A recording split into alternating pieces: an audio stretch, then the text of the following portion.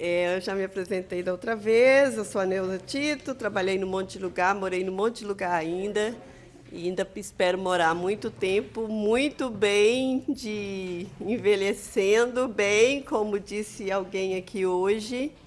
E é um prazer estar aqui com vocês, gente, sempre.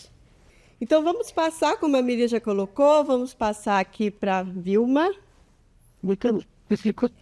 E, na sequência, a Renata, depois a Lorena. Eu aviso você com um tempinho, considerando para a gente terminar mais ou menos, ter um tempo de debate de uns 40 minutos, por aí. Eu aviso, tá bom? Oi, boa tarde a todas. A todas mesmo, né? Porque esse assunto, dificilmente a gente tem homens presentes, né? Infelizmente, assim como o racismo, o feminismo é um problema que não diz respeito apenas às mulheres, né? É necessário que a sociedade como um todo se unisse para pensar alternativas que dizimassem um pouco essa desigualdade entre homens e mulheres. Mas, como a gente vê, a gente está aqui numa plateia unanimemente feminina, e é sempre assim, né? Acho que faz 20 anos que a gente faz essas discussões sobre questões relacionadas a mulheres, e a gente nunca tem na plateia a presença de homens, o que é por aí que eu vou começar, então, a minha fala, né? Eu sou socióloga, trabalhei os últimos 23 anos na Fundação Perseu Abramo, e entrei em 2001 fazendo uma pesquisa sobre mulheres brasileiras nos espaços públicos e privados. Em 2010 nós repetimos, e em 2023 nós repetimos. Então eu quero trazer agora um pouquinho dos resultados referentes a essa última rodada de 2023, que a gente começou bem no início da pandemia, né? A gente estava pensando em elaborar o questionário e fomos atropelados pela pandemia. Então, já dialogamos desde aí com a pesquisa da SOF, né? Porque também foi feita em 2020 a primeira rodada, né? A gente começou a pensar a pesquisa naquele momento e, como a gente não podia ir a campo, decidimos, então, fazer uma fase qualitativa onde a gente pudesse ouvir as mulheres por entrevistas qualitativas, entrevistas mais longas, mais aprofundadas, por aquele instrumento que a gente usa até hoje bastante, que é o Zoom. Foram entrevistas muito ricas, nós fizemos 65 entrevistas em profundidade, com mulheres de todo o Brasil e de todas as regiões, também de contexto urbano e rural. Tivemos o cuidado de fazer uma subamostra ali de mulheres transgênero, para a gente poder tentar captar um pouquinho dessas dificuldades que as mulheres transgêneros sofrem, né? E para poder, num segundo momento, partir para um estudo de representatividade nacional das mulheres brasileiras, com entrevistas por questionário, onde a gente teve uma equipe que foi a campo aplicar, uma equipe formada por mulheres, para ouvir mulheres, e homens para ouvir homens, porque, como eu falei no início, esse é um diálogo que a gente precisa fazer com a sociedade como um todo, né? Então, a gente também tem esse interesse de saber como os homens estão pensando as causas das mulheres, estão pensando a inserção das mulheres, né? E as suas masculinidades, né? Acho que é todo um leque de discussões que a gente precisa estar pensando em quem é o nosso interlocutor. Então, a gente, em 2023, conseguimos ir a campo para fazer 2.500 entrevistas aproximadamente com mulheres, para ouvi-las sobre suas questões, e ouvir também os homens, 1.800 homens, também para ver como é que eles percebiam as questões relacionadas a gênero. Os resultados não nos surpreendem muito, né? A violência continua muito alta, a desigualdade no mercado de trabalho muito alta, com mulheres principalmente na informalidade, né? Elas têm uma maior inserção, mas de modo muito mais precarizado, né, do que os homens. Rendas 40% inferior à renda dos homens. Então, assim, a gente já vê alguns, né? A escolaridade aumentou, como a gente acompanha longitudinalmente, né? Ao longo de 2 décadas, a gente percebe que há um avanço na escolaridade das mulheres, muito provocada por essas políticas de inserção pelo Enem, por essas políticas que colocam abrem possibilidades maiores possibilidades para as mulheres entrarem no ensino superior. Então, há um acesso maior das mulheres ao ensino superior, mas isso não vem acompanhado de um aumento na renda proporcionalmente, né, como deveria ser. Então, embora elas estejam estudando mais, não necessariamente elas se empregam nas suas profissões, nas profissões para as quais elas se qualificaram, né? Elas acabam estando nesse mercado informal, em diversos trabalhos por aplicativo, na economia informal, domésticas, diaristas. A gente vê hoje pessoas formadas trocando sua profissão, professoras, por exemplo, formadas para professoras, trocando de opção para fazer faxina como diarista, porque compensa financeiramente a diária da faxina em relação ao trabalho regular, que te exige ali 48 horas de trabalho, agora 40, né? Graças a Deus conseguimos aí passar o fim da escala 6x1, mas é isso, né? A mulher estava sempre com uma infinidade de tarefas na vida profissional e também as tarefas domésticas e as tarefas de cuidados, que é o que nos interessa nesse momento, né? Falar. Como a gente também acompanha por 3 décadas, né, essa mudança, a gente percebe que não houve mudanças significativas em relação a isso, né? Então, desde 2001 até agora, a gente percebe que a grande maioria dos trabalhos domésticos e dos trabalhos de cuidados continuam recaindo sobre as mulheres. E as horas dedicadas a esse tipo de trabalho, as mulheres gastam quase 5 vezes mais do que os homens o tempo para cuidados, seja dos afazeres domésticos, das crianças, né, sejam filhos, irmãos, netos, enfim. É uma leva de crianças, né, que as mulheres cuidam, não necessariamente só os seus próprios filhos, mas os agregados, os sobrinhos, os enteados, enfim, e os irmãos, né, o que também inibe muitas meninas, muitas garotas de darem continuidade aos seus estudos, porque elas estão ocupadas em cuidar dos irmãos menores, enfim. E essa continua sendo a condição da grande maioria das mulheres. O que se entende por cuidado? Ontem a gente falou sobre isso, que talvez tenha sido uma lacuna da pesquisa da SOF, e a gente teve essa mesma lacuna na nossa pesquisa, infelizmente. Talvez para nós que estamos discutindo esses temas pareça muito claro, né? Mas quando a gente joga na rua, isso não é tão claro assim. Para as pessoas que não estão inseridas nesse debate, essa questão do que é o cuidado não parece tão claro, né? Depois eu vou falar alguns dados aqui para a gente dialogar um pouco com isso. Daí, eu acho que também o que a gente comentou na mesa da manhã de ontem, né? Dessa necessidade de trazer ao debate público o que são cuidados, né? O que é a política de cuidados, para quem serve, no que implica, quais são os impactos que isso tem na vida das pessoas que cuidam e na vida das pessoas que são cuidadas, e de que maneira a gente pode pensar em reduzir impactos na vida das pessoas que cuidam, né? Não encontro uma outra palavra melhor para isso. Mas, enfim, essa foi uma lacuna que, infelizmente, também a gente acabou cometendo, né? Deixamos essa mesma brecha. Eu falei, que pena que a gente não consegue complementar nesse sentido. Mas a gente talvez traga algumas pistas aí diferentes, né?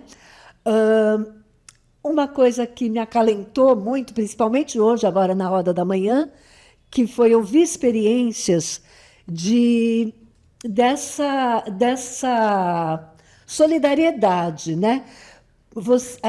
A pesquisa da SOF, ela traz o retrato de mulheres que estão, de uma maneira ou de outra, engajadas em movimentos sociais, né, em coletivos, e a nossa pesquisa tentou retratar as mulheres do Brasil como um todo.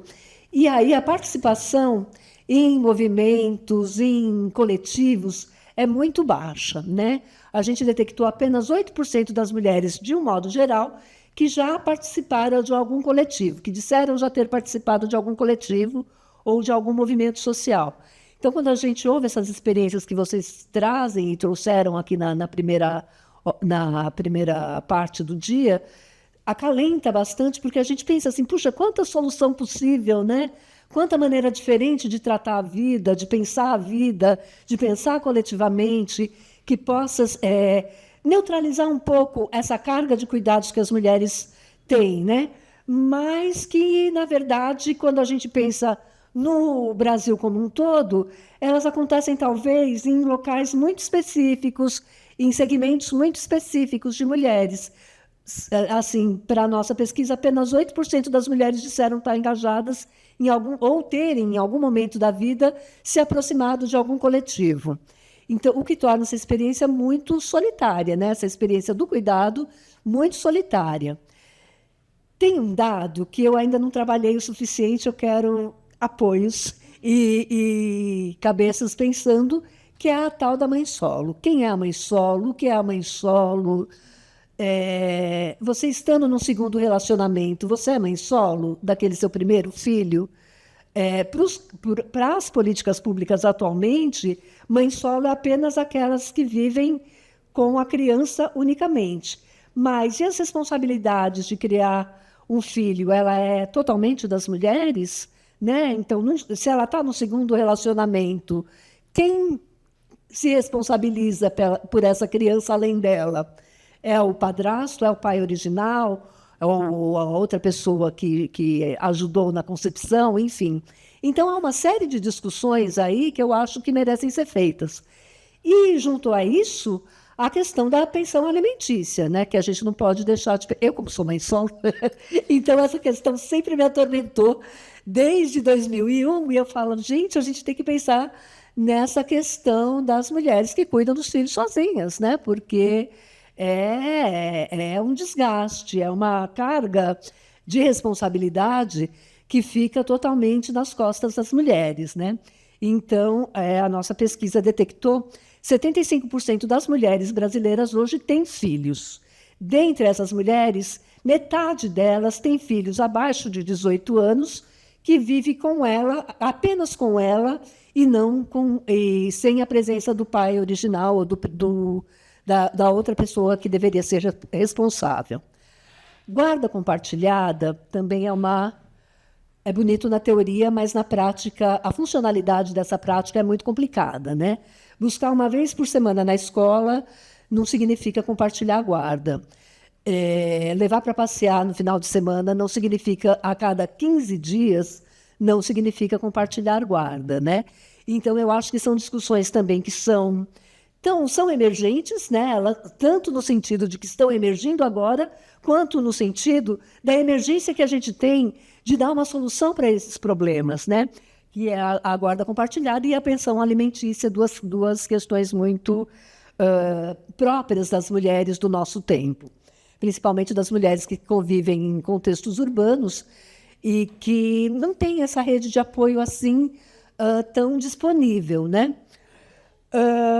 Para além disso, existem 11% de mulheres que cuidam de idosos ou pessoas com deficiência ou doentes crônicos que também demandam cuidados, né? E esse cuidado, mais uma vez, recai sobre as mulheres, 98% dos casos, mulheres, né? Que são as cuidadoras de idosos e de pessoas com deficiências, enfim. Quando a gente fez uma pergunta, assim, quais eram as principais dificuldades que as mães tinham em relação aos cuidados com os filhos. Vaga nas escolas e creches continuam sendo as principais dificuldades de acesso para a grande maioria das mulheres, né? Mas também aparece... não tenho com quem deixar, e isso faz com que eu tenha que me afastar do meu trabalho, e essa é a principal causa pelas quais as mulheres deixam o mercado de trabalho, né? Elas não têm com quem deixar os filhos, então gravidez e ter filhos é uma das principais razões que faz com que as mulheres se afastem do mercado de trabalho e parem de trabalhar. Quando a gente fala sobre que impactos o fato de cuidar de alguém causa na sua vida. Tem um dado que chamou muito a minha atenção, porque 30 e poucos por cento das mulheres dizem que não causa impacto nenhum. E é essa normalização da função do cuidado nas costas das mulheres, né, que faz com que as mulheres sequer percebam o que elas estão deixando de viver, né? Quais são as dificuldades que o fato de ter que cuidar de outra pessoa trazem. Mas a gente tem aqui como principal dificuldade, entre as que apontam alguma dificuldade, é a dificuldade de trabalhar, né? Mas tem também a falta de liberdade, que é uma coisa pela qual a gente luta tanto, né? Então, 12% das mulheres que têm alguém para cuidar falam que sentem falta de liberdade, não tem horário, não podem sair, tem que ficar dedicação exclusiva àquela pessoa que necessita de cuidados. E, olha, essa diferença não é muito grande em relação à dificuldade de conseguir trabalho. 16% das mulheres reclamam da dificuldade de trabalho e 12% reclamam da falta de liberdade. O excesso de responsabilidade, 9% apontaram excesso de responsabilidade, 8% falaram que deixam de cuidar de si mesmas, né, o autocuidado, e 7% também falaram em problemas emocionais, problemas relacionados à saúde mental, depressão, ansiedade, privação de sono, né? Então, são aspectos também que tiveram aí uma importância bastante significativa nessa pesquisa. Então, eu acho que essas são algumas das contribuições que uma pesquisa pode fornecer à outra. E a gente perguntou também o que talvez sirva como luz para se pensar, né, em o que a gente poderia pensar como apoio para as mulheres que precisam de cuidar, que estão nessa situação de terem que cuidar, né, de dedicar cuidados. Uma das principais reivindicações é algum tipo de auxílio financeiro por parte do governo. 91% acham que o governo tem que ter algum tipo de participação nessa questão dos cuidados, né? 91% das mulheres que executam essa tarefa de cuidados acreditam que o governo deva ter oferecer algum tipo de ajuda às mulheres que estão nessa situação. E que tipo de ajuda? Auxílio financeiro é um deles, mas serviços em domicílio, serviços terapêuticos, serviços de transporte, equipamento. Eu fiquei maravilhada quando eu vi esse elevadorzinho aqui na escada, né? Eu acho que todo mundo que teve um idoso na vida para transportar e morou em sobrado, morou em casa, né, em predinhos que não tem elevador, quando vem um elevadorzinho assim, fala, puxa, isso era tudo que eu queria, né? Então, tem uma série de pequenos detalhes que fazem muita diferença na vida de quem cuida, né? E esses serviços em domicílio, né, ou equipamentos, seriam algumas formas de a gente tentar minimizar esse tanto de problema que as mulheres que cuidam carregam. Eu acho que eu já falei minha meia horinha. Tá certo.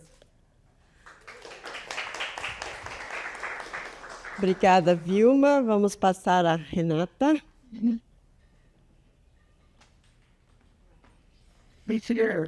Tá bom. Vou marcar aqui também. Gente, boa tarde. Para começar, eu queria ler aqui uma poesia que está nesse livro aqui que se chama Pisa Ligeiro, que a Camila Paula, nossa companheira lá do Rio Grande do Norte, organizou. E aí começa assim, o título é Se Eu Não Posso Dançar. Jovelina acordou cedo, como sempre, mas a tímida cinquentona tinha uma animação diferente. Pela primeira vez, ela sairia de Riacho, em currais novos, para se juntar a mulheres de outras regiões do estado e trocar experiências de produção dos quintais. Isso parecia música para ela. Na van que a levava para o local de encontro, quase nem acreditava. Olhava a paisagem, balançava os pés, talvez por ansiedade ou por obediência ao ritmo que tocava no seu coração. Foi um dia intenso, de muita conversa, de novas vivências com as mulheres que se chamavam de companheiras. Chegada a noite, Jovelina ouviu a música que tocava só dentro dela parecer mais alta. As outras também ouviam. Era chegado o momento da cultural, uma festa, só de mulheres. e pode, e presta, basta. O trio Pé de Serra começou a tocar e Jovelina foi surpreendida por uma das moças que trabalhava na entidade organizadora do intercâmbio. Bora dançar, Jove? Jovelina olhou, percorreu com os olhos todo o salão, viu que algumas já estavam de pé, animadas. Estagnada, ela respondeu, faz 30 anos que eu não danço. Isso tudo? Por quê? Faz 30 anos que eu casei. Acho que foi a primeira vez que Jovelina se deu conta. Então, ela se deixou levar. Dançou a noite inteira, ela e suas companheiras. Dançou, sorriu, cantarolou. Foi até depois que a festa acabar. E nunca mais parou. Camila escreveu essa. Eu quis começar lendo essa, porque eu até estava comentando com a Mira que o título do artigo que ela escreveu, que é Cansadas Mais Esperançosas, a primeira vez que eu li Casadas Mais Esperançosas. Aí eu estava acreditando, eu falei assim, onde que a Mira vai chegar com esse título? Aí, depois, quando eu fui reler pela segunda vez que eu vi, eu já estava de encontro com esse daqui, eu falei, vai ser esse daqui mesmo que eu vou começar, porque eu acho que tem um pouco disso também, Casadas Mais Esperançosas. Mas assim, companheiras, eu comecei com essa coisa que tem tão bonita dessa história, que a gente vê muito também trabalhando na SOF, enfim, militando na marcha, que é o poder que tem esse processo de coletivizar um som que vem de dentro, né? Uma música que a gente escuta dentro da gente e que quando a gente encontra as mulheres, a gente vê cantar e dançar de outras maneiras. E aí, as coisas que eu organizei aqui partiu de uma das atividades que a gente fez também, desse mesmo fomento que contribuiu para que a Sem Para exista, que foi um processo de formação lá na Zona Leste.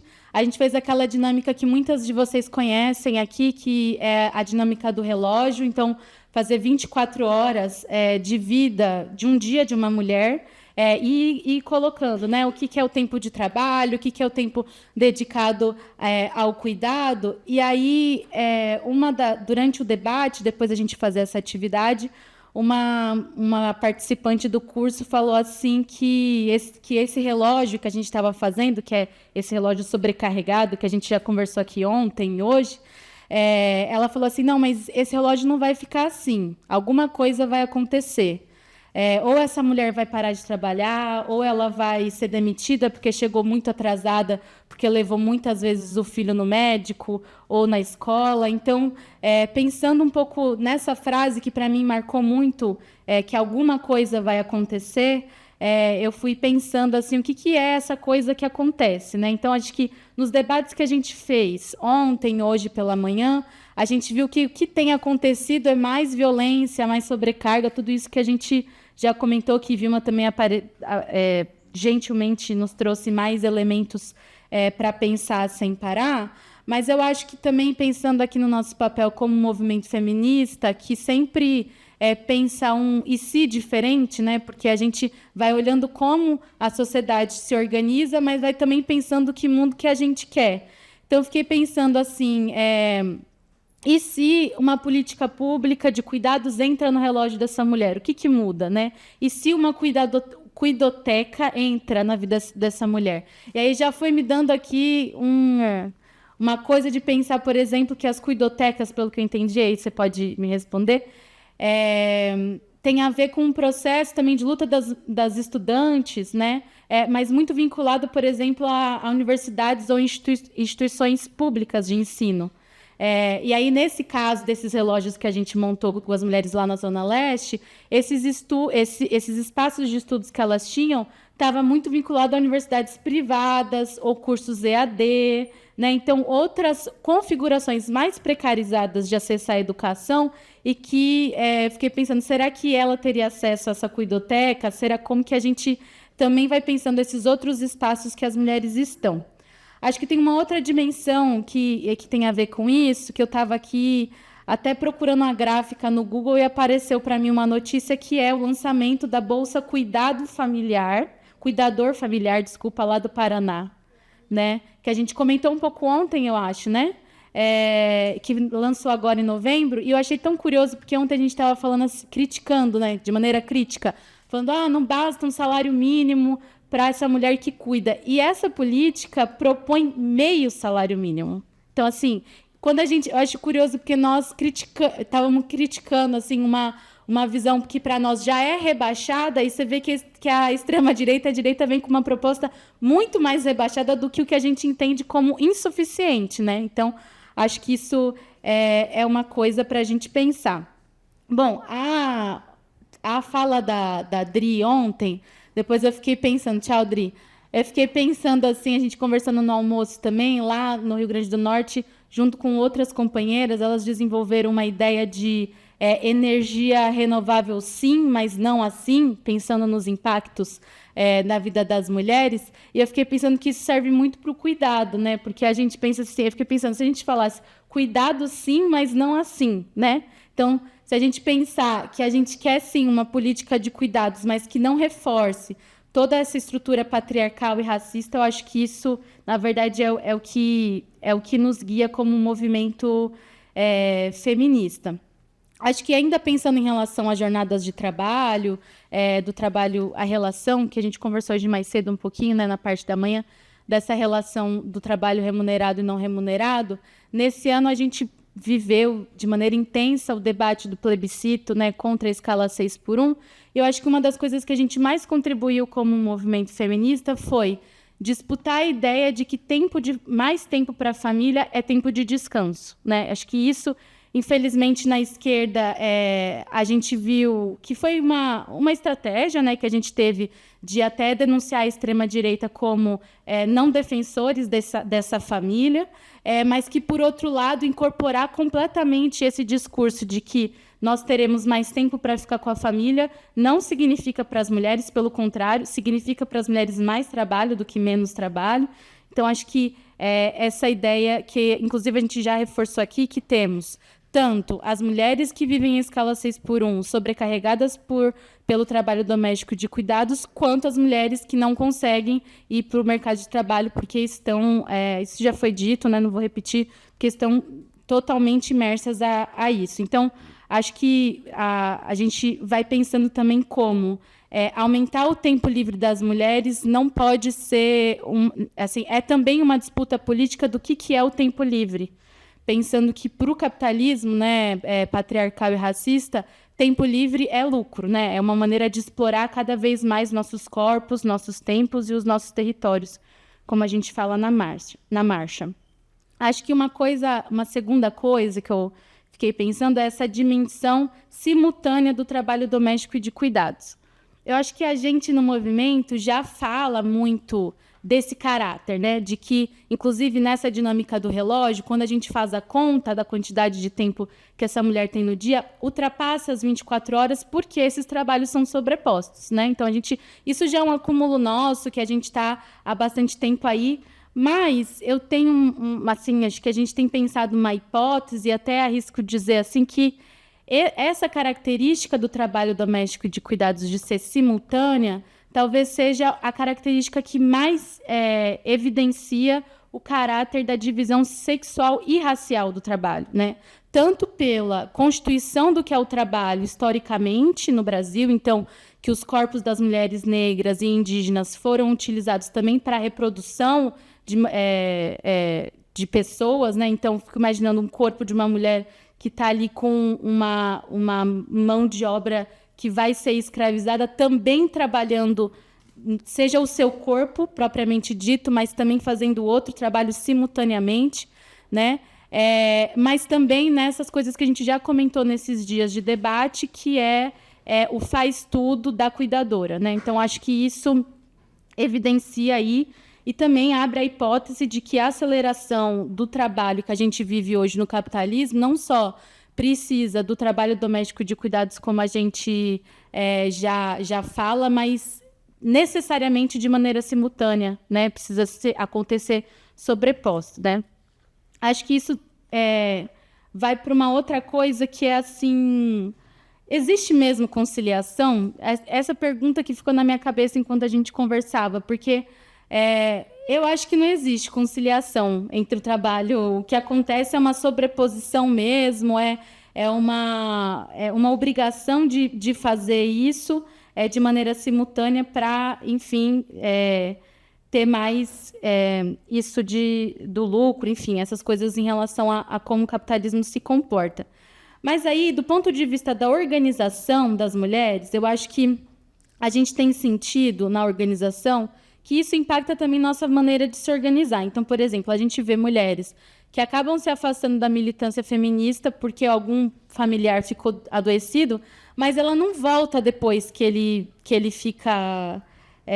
que ele está bem, ou muito porque ela também adoece nesse processo, né? Então, a gente vê uma dimensão de que é um afastamento quase que permanente. Aquilo que ia ser temporário, você vê que a mulher não consegue mais retornar. Mas também, ao mesmo tempo, tem todos esses relatos que a Anne colocou aqui, acho que no artigo da Miriam, que apresenta também essas experiências de coletivização das mulheres no contexto rural, a partir de experiências de produção coletivas, das hortas e tudo mais, e também isso que a gente já comentou sobre isso ser, a coletivização do trabalho doméstico e de cuidado ser também uma saída para a violência sexista, e também uma saída para a sensação de solidão que o trabalho doméstico e de cuidados muitas vezes impõe. Eu acho que tem uma coisa que também naquela ala do relatório que as companheiras da Semparar trouxeram super interessante em relação à economia solidária, que é a dimensão individual, coletiva, econômica e afetiva, né? Acho que são tantas dimensões que se conectam e que estão na saída da economia solidária como alternativa, mas que também apresenta uma dificuldade que essa alternativa da economia solidária, assim como essas outras que a gente comentou do movimento feminista, não necessariamente apresenta um cotidiano mais estável para as mulheres. Então, acho que isso é um desafio que mostra aquilo que Chica falou um pouco antes da gente ir para o almoço, que nós temos alternativas, mas não significa que as nossas alternativas dão conta de uma vida digna que a gente quer, né? Então, por isso, a necessidade da luta pelas políticas públicas, de repensar a produção da sociedade e tudo mais. Acho que no artigo também que vocês vão ler, né, assim como o relatório, assim como o artigo da Miriam, que a Raquel Viana, nossa companheira, traz, ela diz muito do papel das mulheres negras como as que seguram a onda, assim, que seguram as pontas nas periferias para que a vida exista. Aí eu acho que, do ponto de vista das políticas públicas, uma coisa que eu fiquei pensando ao ler esse artigo dela quais outros tipos de experiências esses coletivos de solidariedade dessas mulheres negras poderiam ter se elas não precisassem todos os dias responder concretamente à vida. A vida, quer dizer, se elas não estivessem todos os dias ameaçadas de morte, né? Então, esses grupos de mulheres que conseguem minimamente fazer com que o outro dia seja, de verdade, mais um dia de vida, quais outras coisas elas poderiam produzir naquela mesma ideia que a gente vem conversando também sobre não ser ausência de doença, mas ser também produção de vida.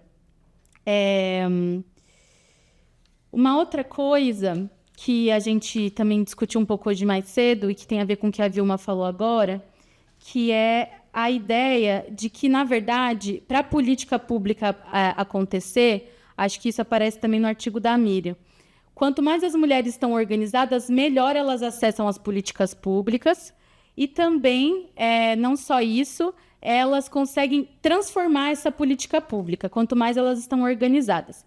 E isso não implica, como a Vilma já apresentou e aparece na Sem Parar, uma tranquilidade em relação a menos carga de trabalho doméstico. Mas, ao mesmo tempo, revela uma coisa importante, que o Estado já conta com as mulheres para que as políticas públicas aconteçam. Então, assim, a forma como a estrutura da política pública é colocada já conta com uma mulher, com uma pessoa que é uma mulher, que vai levar essa pessoa até o serviço, que vai não só levar até o serviço, que vai lutar pela creche, porque a creche não está lá disponível para todas as crianças. Então, assim, a estrutura hoje capitalista do Estado impõe às mulheres não só uma necessidade de acessar essas políticas como essas mulheres querem que o Estado participe disso, mas que, para existir, ela precisa, de maneira assim, concreta, lutar para que aquilo aconteça, né? Então, acho que o desafio, talvez, aí das políticas de cuidado, um dos desafios das políticas de cuidado é como não reforçar essa ideia, que acho que é uma coisa que hoje mais cedo a gente falou, que a política de cuidado não pode significar mais trabalho de cuidado para essas mulheres. Ao mesmo tempo, eu acredito que é uma oportunidade para a gente rever a própria estrutura das políticas públicas, de como elas são pensadas nessa lógica patriarcal e racista que impõe às mulheres de existir em função de uma política, né? Acho que, por fim, que eu notei aqui, foram muitas coisas, mas assim, eu acho que eu senti um climinha aqui entre nós que é meio assim, então tudo é cuidado? Tipo, essa pergunta, né, que às vezes fica. E eu fiquei pensando que, para nós que vai construir movimento, né, que a gente vai pensando a vida a partir da economia feminista, a gente não tem dúvida de como o cuidado está nas entranhas de como o sistema capitalista, patriarcal, racista funciona. Acho que a gente não tem dúvida em relação a isso. Talvez o desafio nosso seja como, entendendo os limites desse Estado, inclusive esse Estado que foi transformado depois do golpe, né, a partir do governo Temer e também com o governo Bolsonaro, que foi transformada a lógica de execução de política mesmo, né? Então, acho que talvez o nosso desafio quanto movimento que disputa esse Estado, disputa o caráter público desse Estado, como a gente vai, a partir do que a gente acredita, empurrando essa política para o lado que a gente quer, que é um dilema clássico. Isso não é nada novo, mas eu acho que isso nos ajuda a não ficar muito na crise de pensar como a gente vai transportar o que a gente acredita para dentro de uma política, mas pensando que existe um lugar que a gente recarrega nossas energias para construir a luta, que, como Marilane falou, orçamento não é milagre, é luta, né? Acho que isso é uma coisa fundamental para a gente pensar. Acho que também tem uma outra dimensão que eu não vou conseguir, nem consigo desenvolver aqui, que é como as big techs também têm se apropriado dos dados da população do mundo, mas sobretudo no Brasil atualmente. A gente vê a presença da Microsoft, por exemplo, nessa condução de como se organiza, enfim, a nível de governo federal, estou falando, mas acho que localmente também isso se apresenta. Que também é um desafio para nós, não é só para o governo, porque acho que um desafio nosso também é como a gente faz pesquisas sem que os nossos dados, tratando os nossos dados de maneira livre, né? Acho que é um desafio para todo mundo. E, por fim mesmo, eu acho que eu gosto de pensar muito que essa energia muito forte que tem a economia feminista, de pensar a centralidade do cuidado, na verdade, nos ajuda a empurrar mesmo essa política para o canto que a gente quer, que é a universalização real dessa política, e que ela possa ser pensada, essa universalização, não só com as pessoas, mas com a nossa sociobiodiversidade. Obrigada, Renata. Passamos a Lorena.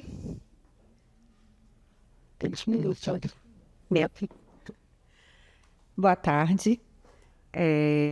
Lorena, né, nesse momento, enquanto governo federal, fazendo essa fala nesse contexto, né, de todo esse debate, desse rico debate desses 2 dias, gosto de falar isso, a gente sempre volta com a pastinha bem mais cheia de trabalho, né? Então, saudando todas aqui presentes, me sinto muito em casa, né? Porque antes é uma fala, né, enquanto governo federal, mas mais do que as minhas formações acadêmicas, acho que minhas principais formações, né, são do movimento de mulheres, desse movimento que é aqui muito presente, a Marcha Mundial das Mulheres, e também do movimento sindical bancário, né? Então, são formações que a gente também leva e precisa para a gente também construir as políticas públicas dentro do que a gente quer construir também de projeto de vida no país. Então, muito bom essa contextualização aqui antes da fala, inclusive com dados muito relevantes ali que a Perseu Abramo trouxe, mas destacar também que se nós estamos nesse espaço, né, falando aqui, enquanto governo federal, enquanto Ministério das Mulheres, sobre a Política Nacional de Cuidados, destacar que essa não é uma conquista do governo federal, mas essa é uma resposta do governo federal a uma organização muito forte do movimento de mulheres de muitos anos, né, que trazem, né, para esse contexto a importância da economia feminista mesmo para dentro da pauta. Então, tem todo esse histórico, e é nesse contexto, né, desse debate do movimento de mulheres que, antes de se falar na crise do cuidado, já se falava na necessidade de falar sobre a divisão sexual, né, do trabalho, sobre a economia feminista, vem se acentuando em paralelo a essa luta uma crise, né, demográfica, né, com todos os números que Mari trouxe ontem, que Perseu Abramo trouxe, várias outras trouxemos, a Sem Parar traz, que é o contexto da crise do cuidado, né, que ela não acontece só no Brasil, ela acontece numa escala global, mas muito acentuada no contexto da América Latina. Então, quando o Brasil começa a falar, ali no início de 2023, né, no início do governo Lula, começa a falar na necessidade de trazer a Política Nacional de Cuidados, nesse contexto da crise de cuidado, né, nesse contexto das populações, das mudanças demográficas faladas aqui também de manhã, né, nesse crescimento da população de pessoas idosas, mas não só da de 60 a 79 anos, mas a partir de 80 anos, que vai também trazer uma sobredemanda nos números de saúde, todos eles. E, nesse contexto, no início de 2023, o governo cria os 2 ministérios, né, MDS, nos 2 ministérios, secretarias que vão impulsionar esse debate. E trago de novo esse contexto para falar do quando se cria esse trabalho inicial ali, quando se cria o grupo de trabalho interministerial, né, ele acontece com 3 presenças muito importantes de convidados permanentes, que é a IPEA, Fiocruz e IBGE. Né? Ou seja, a política de cuidados ela está totalmente direcionada aos números, né, estatísticos do país. Né? E qual era o trabalho daquele grupo? Pensar a política, né? Falar da necessidade dessa política, e, para isso, o que o grupo falou? Nós criamos um diagnóstico. O primeiro passo, o primeiro resultado do GTI é criar o diagnóstico social do cuidado.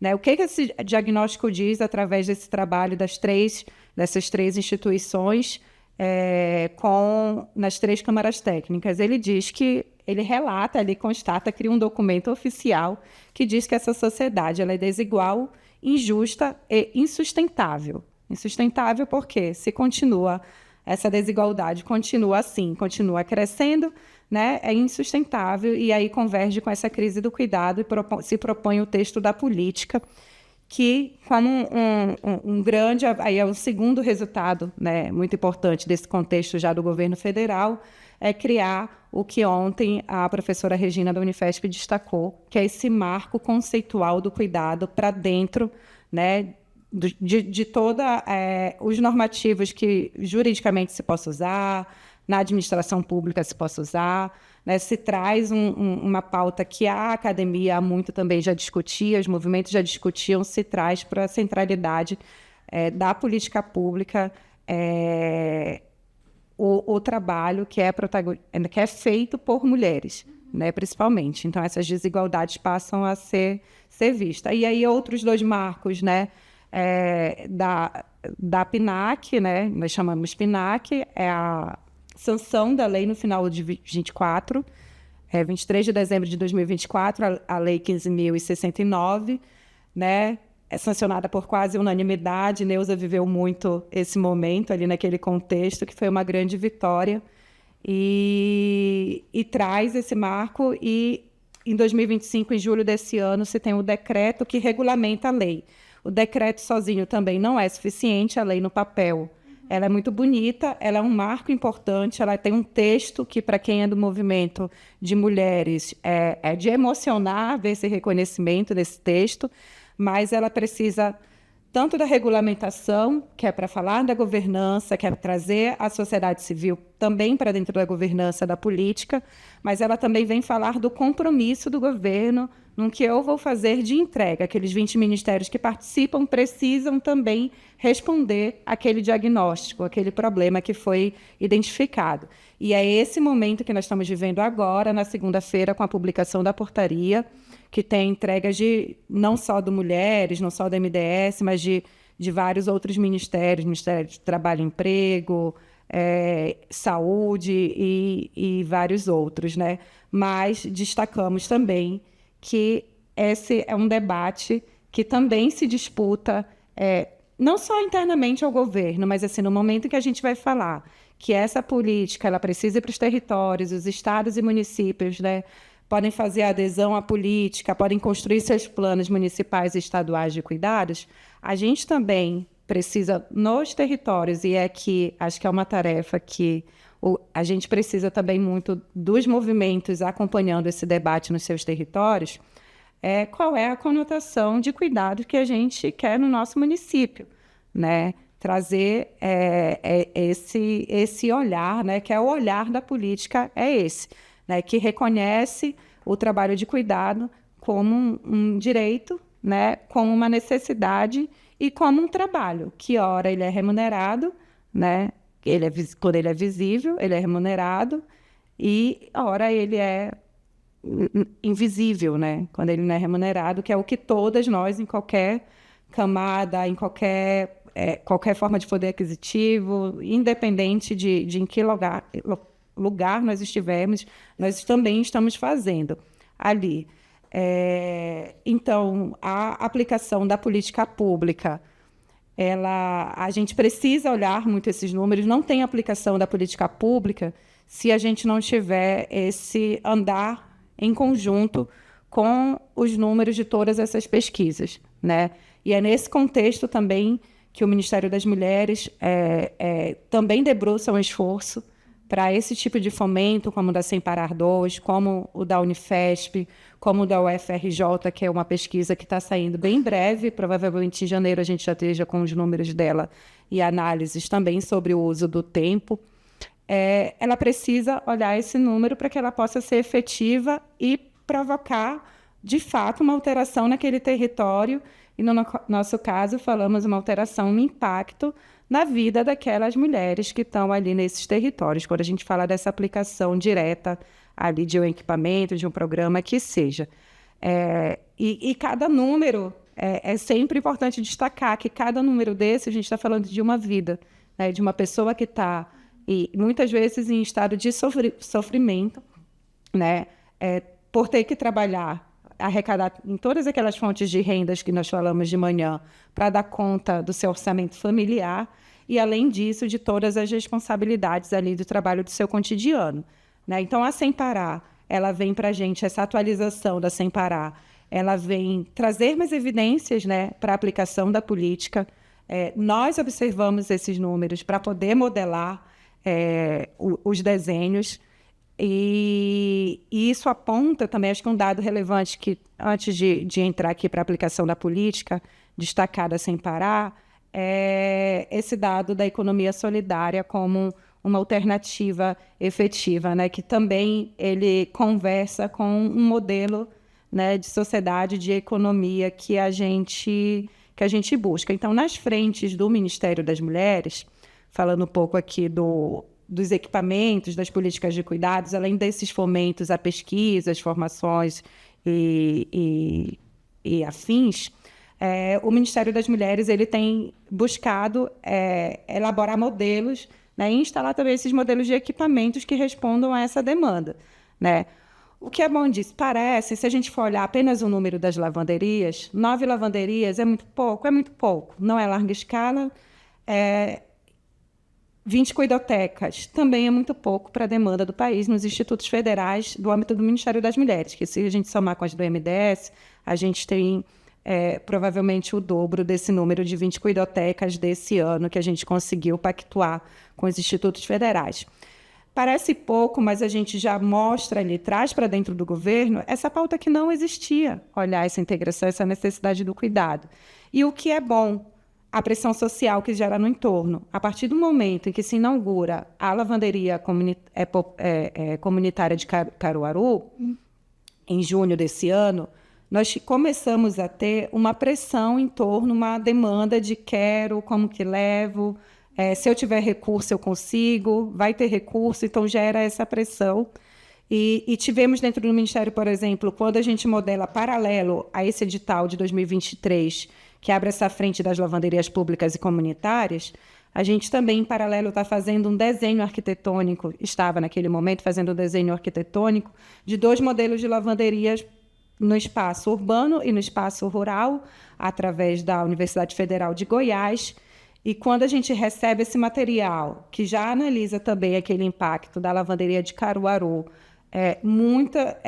todas as nossas falas aqui de como é que chega esse equipamento, se vai desafogar ou não, a gente encontra respostas nesse exemplo desse equipamento de Caruaru e também dos projetos pilotos de Cuidoteca, que nós já tivemos esse balanço, essa avaliação. Os nossos questionamentos são respondidos na prática desses equipamentos, que ainda não temos números sobre o uso do tempo, mas esses números, por exemplo, da lavanderia já começa a ser observado pelo observatório também do Ministério, que é um observatório que vai olhar esses dados em torno do que a gente aplica, né, das políticas para as mulheres também, e dados gerais. Então, eles vêm e por que destacar a lavanderia pública e a cuidoteca? Ela não é só para responder aquela demanda da aluna. Por exemplo, as alunas da Cuidotecas, no caso do âmbito do Ministério das Mulheres, são alunas que o público prioritário são alunas de 15 a 29 anos, que não são vinculadas diretamente ao Instituto Federal, mas são bolsistas de um programa que eu vou falar que Neuza é um pouquinho filho da Neuza, deu um trabalho ali para sair, que é o Asas para o Futuro, que tem como beneficiárias jovens de 15 a 29 anos, ali do entorno dos IFES, os IFES que estão realizando, e elas passam por capacitação na área de STEAMs, né, ciências, matemática, tecnologia, né, devido a essa diferença também ali do mercado de trabalho. Então, você lança um programa que vai te ajudar ali na tua autonomia econômica, né, com a tua inserção de emprego, prevê essas coisas assim, de como conciliar, mas também ele te dá a condição. Então, a Cuidoteca é esse modelo que a gente quer trazer à tona, trazer a público, através dessas iniciativas, esses números ainda, eu não vou dizer tímidos, mas pode, por um movimento para o movimento social, ter essa percepção de números muito pequenos ainda, compreendo, mas traz à tona essa também demanda pressão. Por que não ter isso como uma política em todos os institutos federais? Né? Ele vai resolver o problema de todas as mulheres? Não, mas já resolve muita coisa. Quando a gente vai olhar o número de meninas e jovens que abandonam os estudos, né, ali em torno de 30%, por causa da responsabilidade de cuidado, ou doméstico ou familiar, esse número ele dialoga muito com isso. Então, esses equipamentos eles vêm também conjuntamente com formações. Então, não é só colocar o equipamento ali. Ambos prevêem, tanto a lavanderia quanto as cuidotecas, eles prevêem também uma série de formações sobre cuidados, né? O contexto daquele equipamento nos cuidados. As lavanderias, elas têm o dia também, elas passam por o plano de funcionamento com processo de escutas com a comunidade. Então, ela é muito mais do que um espaço para você levar a sua roupa para lavar, mas é um espaço que o Estado ele fala, eu divido com você essa responsabilidade, porque eu vou te garantir o equipamento, os insumos, a energia. E falamos de realidades. Hoje trouxemos números aqui. Quero o robô, mas a realidade é que muitas mulheres não têm nem, né, muitos domicílios não têm máquina de lavar. Então, isso desafoga um tempo diretamente. E naquele espaço você tem outros serviços juntos, sala de capacitação, cuidoteca. Então, você acaba criando naquele modelo de equipamento um espaço de referência comunitária, né, de horta. O Espaço Caruaru tem a horta comunitária no terreno, é muito bonito. Não dá tempo de mostrar as imagens, mas é um projeto um projeto piloto para a gente, um case de sucesso que a gente tem usado muito como referência.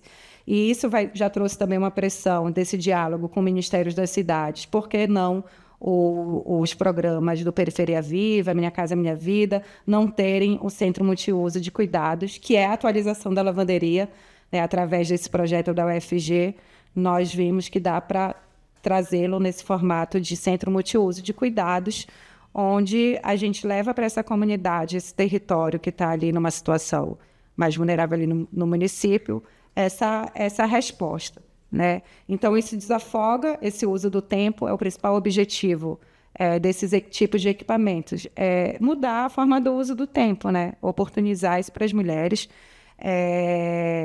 dentro daquela lógica, né, que nós trouxemos de manhã do familismo. Essa responsabilidade do cuidar dos serviços domésticos não podem ficar no âmbito, né, dos domicílios, no âmbito das famílias. Ele tem que ser uma responsabilidade dos estados, das empresas também, dar as condicionalidades para aquelas pessoas, né, não só para as mulheres, né, não dá reconhecer mesmo políticas internas que vão promover que todas as pessoas possam exercer o seu direito a cuidar e também de ser cuidado, né? Então, trazemos isso. Os números aqui eu vou pular para poder ir passando, mas quando a gente traz todos esses números, acho que não tem como a gente não falar de quem produz a riqueza para a sociedade, né? Que isso está atrelado à política de cuidado, porque esse trabalho que é invisível, ele está gerando ali uma renda que a gente não consegue calcular. A Mari me corrija se eu estiver errada, mas assim, como que a gente calcula o que esse trabalho que não é pago está gerando de riqueza nesse sustento da sociedade, né, da economia e das vidas, né? Porque é quem faz o café, quem leva a roupa limpa para o guarda-roupa, né, quem limpa os banheiros nos espaços, nas empresas, quem é que está fazendo esse serviço de cuidado, seja remunerado ou não remunerado. Então, se o cuidado, né, ele tem esse aspecto universal e indispensável para a manutenção da sociedade, da vida e da economia, a política de cuidados também precisa ser indispensável em todos os nossos debates. Então, a gente repetir, e esse trabalho nós estamos fazendo, o Ministério das Mulheres e o Ministério do Desenvolvimento Social está fazendo muito forte dentro do governo para disputar e permanecer, que não é só disputar o agora, mas é que ele permaneça nesse caráter para ele se tornar uma política de fato de Estado. E dentro desse processo também, já finalizando aqui, Neuzinha, de transformação cultural, que acho que é algo que a política traz. Quando a gente fala desse marco conceitual da PNAC, a gente destaca isso, que ela prevê esse processo de transformação cultural na sociedade. Então, ela não é uma lei que vem para solucionar de uma forma imediata, né, todo esse nosso contexto, todo esse nosso problema em relação ao trabalho de cuidado, mas ela abre esse caminho dentro do Estado e para mudar, desconstruir essa naturalidade, né? Então, a gente, quando começa a falar, é isso que a gente vai impulsionar. Como ontem falamos aqui, assim foi com a Lei Maria da Penha. Trouxemos o debate, né, abertamente para a sociedade e precisamos crescer esse debate de cuidado, como já está crescendo e muito o debate de cuidado na sociedade. Mas, com esse trabalho, o capitalismo encontra, né, o mercado ele encontra as suas formas de apropriação. E aí ontem foi algo que eu fiquei pensando muito, até porque nós, né, também temos o nosso diálogo com as empresas para trazer isso, com o mundo do trabalho. E como que a gente vai... a gente não põe uma barreira para a empresa, a forma que ela vai colocar, mas a gente precisa também ter essa perspicácia naquela de quando coloca para a construção da política nacional de cuidados com as empresas também, como que eu vou colocar isso? Que é algo só para ter aquele meu marketing social bonito, né, de que é uma boa ação, ou de fato para ter aquele impacto, né, no mercado de trabalho. Então, eu, enquanto mulher feminista, também vida do movimento, poder acompanhar a política de cuidados no Ministério é algo muito gratificante, porque é o que nós sempre falamos. Inclusive, eu resgatei recente um livro, aquela coleção dos cuidados, do trabalho de cuidados, e aí que Neuza está como organizadora, e aí tem uma parte lá que fala bem do início da fundação. É o trabalho de cuidado doméstico. Ele é bem velho, alguns dados assim já... Mas o que é bom de ver, esse de 2008, é que avançamos. Então, a gente, assim, nós não estamos em terra arrasadas.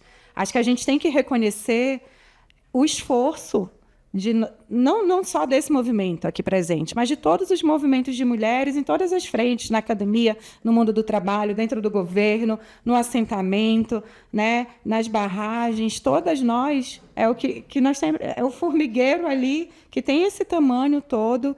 E essa atualização, quando vejo assim, foi muito bom, porque eu vi ali, me parece que a gente é uma fala da Miriam, ali no início ali da fundação, né, da marcha, que traz a economia feminista e traz esse debate do cuidado de uma forma muito bonita para dentro dos movimentos de mulheres.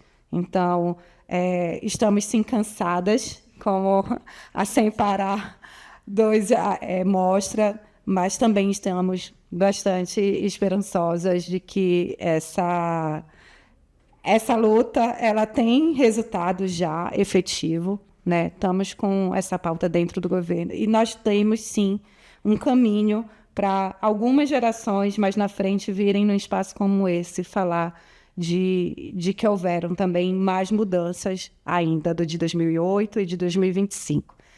É isso.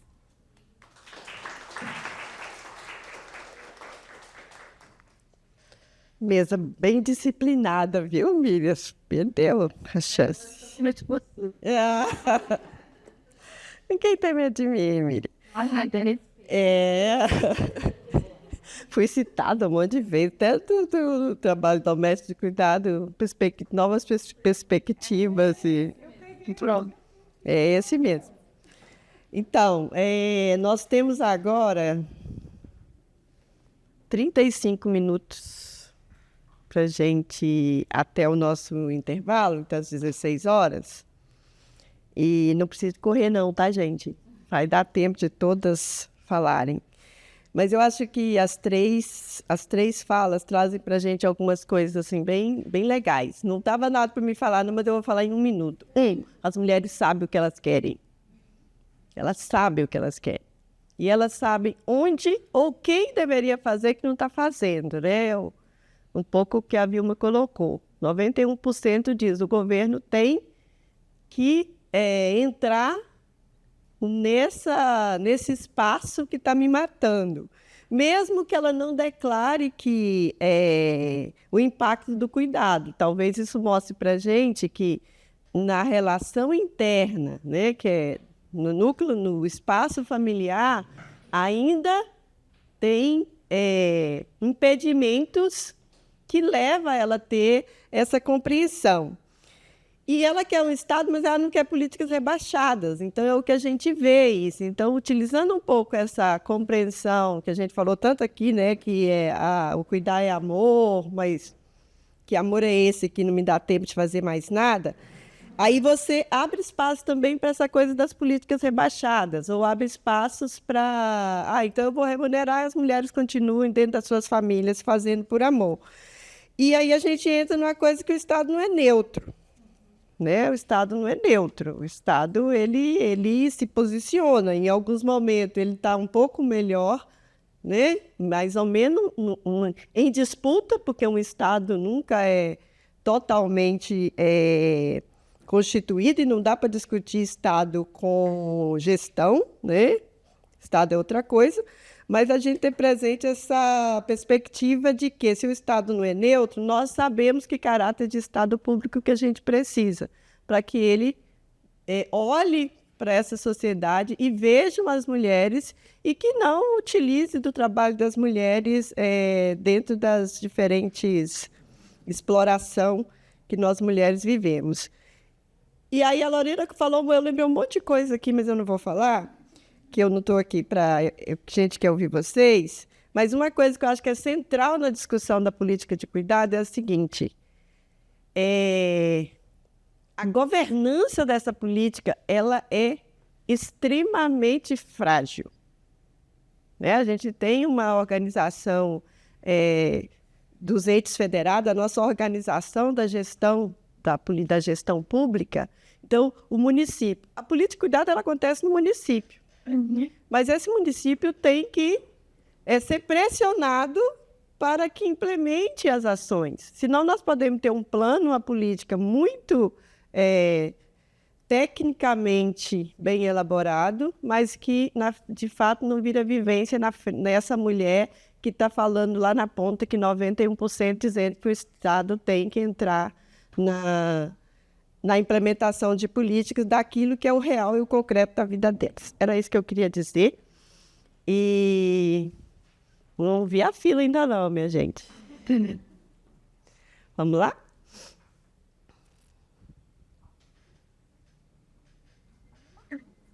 Até a ladeira, subir. 3 minutinhos?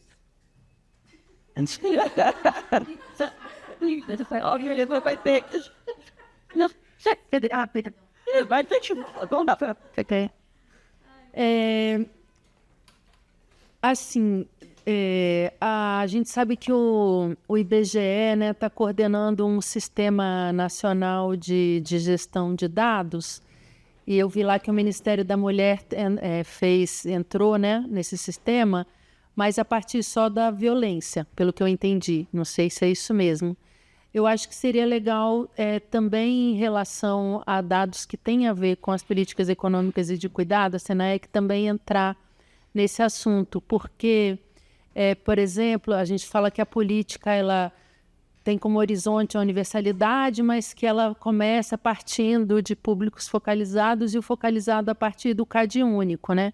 Eu acho que o CAD único é uma base de dados muito importante, assim, eu acho que está rolando cada vez mais essa ideia da gente usar os registros administrativos como base de dados de reflexão, e aí a gente pode fazer o recorte a partir das necessidades dessas políticas. Então, isso é um pequeno pedido, recomendação.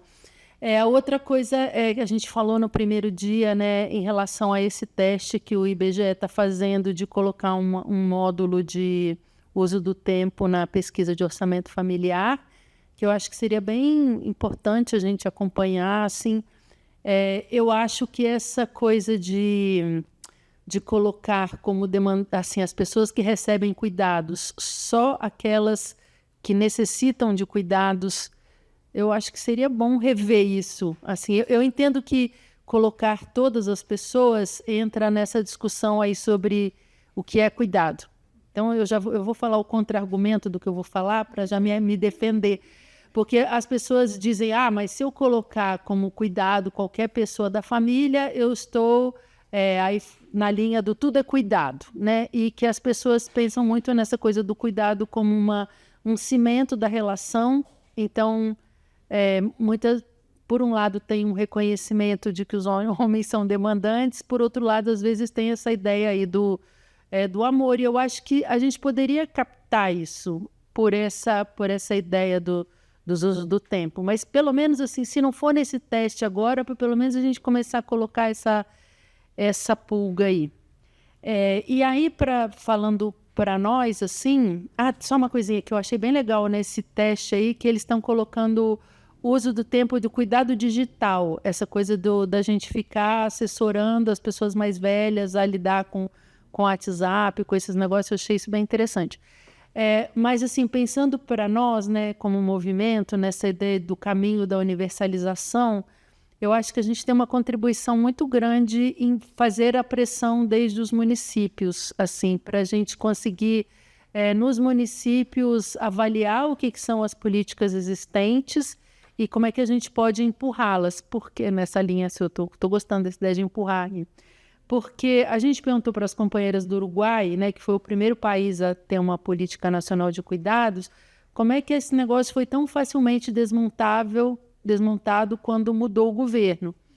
E a avaliação das companheiras de lá é que a política tinha sido tão piloto que as pessoas não conseguiram assimilar aquilo ali como um direito e que, então, vamos batalhar para que ele fique. Então, essa ideia de disseminar, né, que é um direito, assim, as pessoas precisam materializar a política, eu acho que a gente tem uma contribuição como movimento muito grande nesse campo aí. I was like, Valentina. Eu não sei. Esse é meu primeiro. Até foi. Eu não vou fazer. Vem mais. É porque Mari, e a dica tá passando. Eu tô lembrando. A dica tá com a pedra da fila. É que as meninas que quando elas são para fazer muita fila e elas são para elas vêm a pé. Mas eu estou aberto, mas para cá. Eu acho que tem que sentar aqui, vai ficar de costa para as pessoas. Naquela. É que ela tem que ir aqui, ó. Eu tinha militar, Tudo bem de lado para você, tá bom. Eu sempre tão estranho, né? Quando é que eu faço pouco esse papel aqui de engraçado. Vou pregar. Aí eu sempre parar falando na frente, né? Não, então, algumas observações, tá? Bom, a primeira... Eu fiz uma listinha aqui, tá? Tu controla o tempo, tá, Nilza? Por amor de Deus. Eu acho que, assim, primeiro, eu acho que a gente tem uma tarefa, assim, de desconstruir na sociedade e nos organismos governamentais, enfim, quem pensa política, que ainda olha a questão dos cuidados como uma dimensão individual e uma política de assistência, né? Então, não é gratuito que o MDS, que é quem organizou uma secretaria, né, que tem uma secretaria estruturada para pensar cuidar da família, que é o Ministério do Desenvolvimento Social, que cuida justamente da assistência, cuida do Bolsa Família, cuida de todos os programas de transferência de renda, né? Não está no trabalho, não está no Ministério das Mulheres, está no MDS. Porque ainda é isso, é uma concepção assistencial, não é uma concepção de direitos e de proteção social. Essa coisa da transversalidade, para nós, é um debate central. E mesmo os ministérios que estão diretamente envolvidos, né, e com muita resistência, porque eu me lembro quando começou essa discussão, né, Neuza, era muito comum dizer, não, mas na educação a gente já faz isso, mas a saúde a gente já tem uma política de atenção às mulheres, então, tipo assim, o que nós estamos fazendo aqui se nós já fazemos isso, né? Então, esse desafio de transversalizar, de trazer para dentro de todos os ministérios, de pensar o cuidado como a base da sustentabilidade da vida, né? Essa ideia da Cristina Carrasco, que a gente tem que inverter, né? O centro está na vida e, portanto, o cuidado e não no mercado, né? E não a serviço do mercado. Eu acho que isso é um desafio, porque a gente tem que transformar isso, na verdade, em direitos e proteção social. A gente tem que garantir que todas as pessoas, independentemente da sua condição, tenham acesso.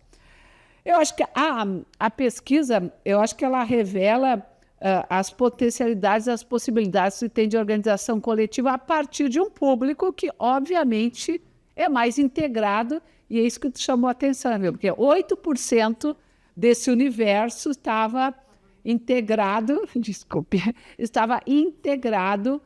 quer dizer, em alguma forma de organização coletiva. E aí eu acho que a gente tem que refletir sobre... Eu acho que essas experiências todas são fantásticas e eu acho que elas, inclusive, têm que ser mais sistematizadas, organizadas e publicadas e divulgadas. Mas a maior parte, né, das mulheres, a gente sabe, vive na escala 6x1, né? Vive nas condições de trabalho de escala 6x1. Nós temos 20 milhões de pessoas no Brasil, metade dela, pelo menos 10 milhões de mulheres, que trabalham sobre jornada, que trabalham acima de 44 horas semanais, e esse número enorme de mulheres que são chefes de família. Não estou falando nem de mães solos, antes de mulheres chefes de família, né, que a gente conversou ontem. Então, assim, pensar como é que a política pública, e inclusive uma política de cuidado, chega até ela, também não é fácil. Porque é isso, porque a maioria dispõe de domingo. quando na negociação coletiva se negocia que o dia de descanso vai ser no domingo e negocia alternado, porque é um domingo ao mês. Ou seja, não tem a menor ideia de que dia vai cair a folga, pode segunda, terça, quarta, quinta e sexta, né? Então, para a política de cuidado e ela poder usufruir dessa política de cuidado, a política de cuidado também tem que olhar para esse universo. Então, por isso assim, que eu queria trazer, eu vou parar por aqui, porque a Neuza já me deu o pito daqui de 1 minuto, que por isso que a gente tem que discutir a redução de jornada de trabalho. Isso é fundamental. Então, isso tem que ser uma luta nossa e que ela ganhou visibilidade, ganhou centralidade na sociedade, inclusive, principalmente entre as mulheres, né? E a outra, nós temos que discutir salário mínimo, né, gente? Porque é uma indecência a gente julgar que o que tem hoje de salário mínimo é suficiente. E uma notícia ruim para você, Miriam, que é o seguinte: o IBGE, espero que não faça isso, começa a discutir que nós temos uma incompatibilidade com as pesquisas internacionais, porque ninguém divulga dados, base de dados, e permite aquilo que a gente faz. Vai lá e pega a base de dados e faz o que a gente quer, olhando a base de dados. Eles falaram que nós somos os únicos que fazem, porque no mundo inteiro não faz. E aí já começa uma conversa de que a gente vai ter que pedir permissão para o IBGE para entrar naquelas bases de dados que a gente vai lá e puxa. Começa já essa conversa. Então, assim, quando eu vi você falando aqui, eu disse, Miriam, que bom que a gente pudesse ter isso. Porque é isso, gente, é um retrocesso evidente, vai ser um escândalo para nossas pesquisas e para tudo que a gente espera, né, que possa ser. E aí a gente escreve depois, não precisa não, estou brincando, está aqui. Não, mas as coisas mais importantes eu queria chamar a atenção aqui, mas foram perfeitas. Depois do livro, por sinal, eu já conhecia a Renata falar. Não tinha visto a possibilidade de a Lorena falar. Eu amei. Você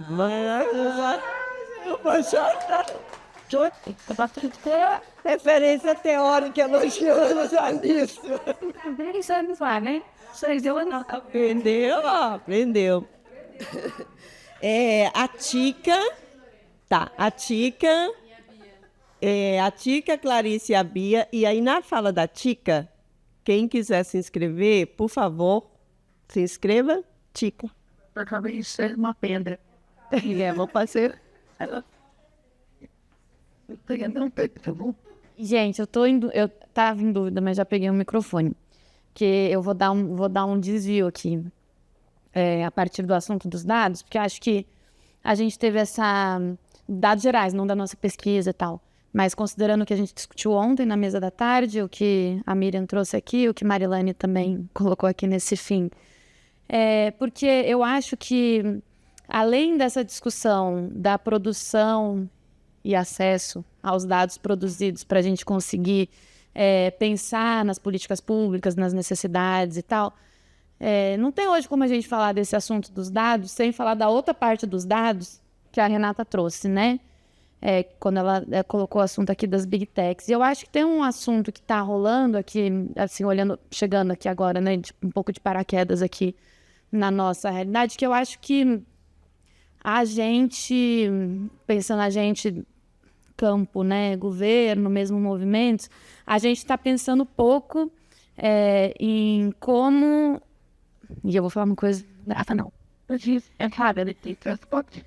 Mas como que a gente, assim, constrói uma forma soberana, obviamente, mas que garanta as questões que estão na LGPD, garanta a privacidade e tal, mas que a gente consiga usar os dados e mobilizar as pessoas e a população que faz parte da política pública como sujeito e como beneficiário de uma forma emancipatória e não de uma forma subterrânea, como o gabinete do ódio do Bolsonaro fez e continua fazendo. A gente tem hoje no Brasil algumas experiências de gente que propõe, que oferece acesso, informação sobre política pública, por exemplo, Bolsa Família, informações que muitas vezes as pessoas não conseguem pelos canais oficiais do governo. Aí tem lá o aplicativo do Zap, e olha, nem estou falando mal dessas pessoas, porque essas pessoas são até gente boa, mas tem um canal do Zap que as pessoas podem acessar questões do Bolsa Família, no cotidiano e tal. Beleza.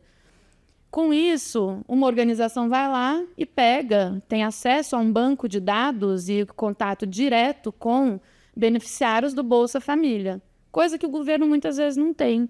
E essa organização hoje pode mobilizar uma galera para o que quiser. E aí essa organização vai lá para o governo e fala assim, olha, eu tenho uma base de dados. Eu tenho relação com essas pessoas. Eu posso mobilizar essas pessoas. Então, estou trazendo esse assunto aqui porque eu acho que o nosso debate sobre os dados aqui está bem afinadinho nessa parte dos dados que são os dados sobre os territórios, sobre esses dados que a gente vai conseguindo ver a realidade da necessidade de cuidado, do acesso ou não à política pública, etc. Mas tem essa parte subterrânea que a gente, como organização da sociedade civil, como movimento social e popular, e como governo, a gente precisa também pensar, porque, no final das contas, assim, se a gente não pensa, tem outro lado que está pensando e que está agindo, e o público é o mesmo, e está fazendo parte dessa disputa também, né? Assim, então, eu queria só botar esse pequeno desvio, mas quando a gente fala de dados, eu não consigo, assim, negócio que... É isso. Clarice, depois da Bia, eu não vi ninguém. Alguém se inscreveu na fala da Tica? Não, acho que não. Então, a Clarice. Também achei assim, um debate muito importante, muito, assim, fico pensando várias coisas. Agora que a Tica falou, eu falei, nossa, gente, eu estou orientando um trabalho de um menino que está olhando para os mandatos de vereadores, aí você vai ver como é que as pessoas se elegem, porque elas ajudaram, tem um lá que ajudou o povo a conseguir as políticas do governo. Entendeu? Que é isso, assim, você tem intermediários hoje que, se eles não ganham dinheiro, eles ganham base eleitoral, né? Então, como é que as pessoas estão se elegendo no Brasil? É PET, ajuda ao povo a acessar a política pública, enfim. Mas não vou para o desvio, vou tentar me organizar aqui a minha cabeça. Não, só queria fazer algumas perguntas, algumas considerações. Queria te pedir, Lorena, falar um pouquinho mais dessa coisa dos centros multiusos de cuidados. O que é isso? O que vocês estão pensando disso? Isso, né? Eu acho que, assim, essa experiência das lavanderias, eu acho que é uma coisa que dá para a gente pensar também, assim, como que reivindica certos equipamentos no nível local, né? Até porque, do ponto de vista, assim, eu acho que, assim, a gente vai para as coisas do governo federal, a palavra piloto aparece muito, né? Aí eu fico assim, daqui a pouco, na hora de reivindicar, as mulheres estão reivindicando política de piloto. Eu falei, não pode. Nós temos que reivindicar a política para todo mundo. Depois o governo vai ter que ver como é que ele vai implementar isso, né? Se é a partir de né, relação com os estados e municípios, enfim. Então, é só para assim, a gente também pensar onde é que a gente vai colocando as nossas demandas. Outra coisa que eu fiquei pensando nesse dado da Fundação Perseu Abramo, com relação a que as mulheres têm, quase a grande maioria, elas acham que o governo tem que ter alguma participação no trabalho de cuidados. Isso é muito importante, isso é um dado ótimo, é um dado que a gente deveria, assim, né, publicizar, divulgar e usar ele como, né, mais para legitimar as nossas demandas. Mas fiquei pensando também que esse debate do auxílio financeiro para as mulheres que cuidam, ele está muito presente, né? E eu acho que tem a ver um pouco com o que Miriam falou, o que é o imaginário das pessoas com relação às políticas de cuidado, né? Assim, imaginar, a vida está tão precária, né, que o imaginário, às vezes, do que é que o Estado, que o governo pode fazer para melhorar a vida das mulheres, nesse campo financeiro, até porque a gente tem uma experiência que é o Bolsa Família, que é real, concreto, todo mundo sabe o que é, o dinheiro que chega na conta, né? Enfim, então essa também é uma questão que eu acho que a gente precisa lidar. E, por fim, dizer assim que nós precisamos assim, pensar as políticas públicas pensando como é que elas vão incidir na disputa da sociedade, sabe? Então, assim, às vezes assim, a gente tem grandes políticas do governo que as condicionalidades não são, por exemplo, a participação política das pessoas. Então, o governo vai lá, acessa o cidadão, mas não estimula em nenhum momento que as pessoas vão se organizar politicamente. Diferente, às vezes, quando a gente vê uma política pública no campo, por exemplo, das mulheres rurais, que isso está inserido na lógica, né, de que assim, é preciso que a política chegue para que as mulheres estimule as mulheres também a se organizar politicamente. Então, assim, isso para a gente dialogar com esse dado aí de que as pessoas estão pouco mobilizadas nos movimentos, etc.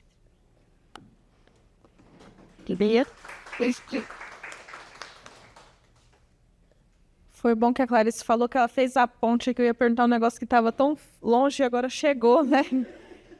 Eu queria ouvir mais, Lorena, sobre esses espaços de cuidado, seja as lavanderias, seja esses espaços multiusos ou mesmo as cuidotecas, no sentido de como é a gestão desses espaços. Assim, eu não sei se você poderia aprofundar nisso.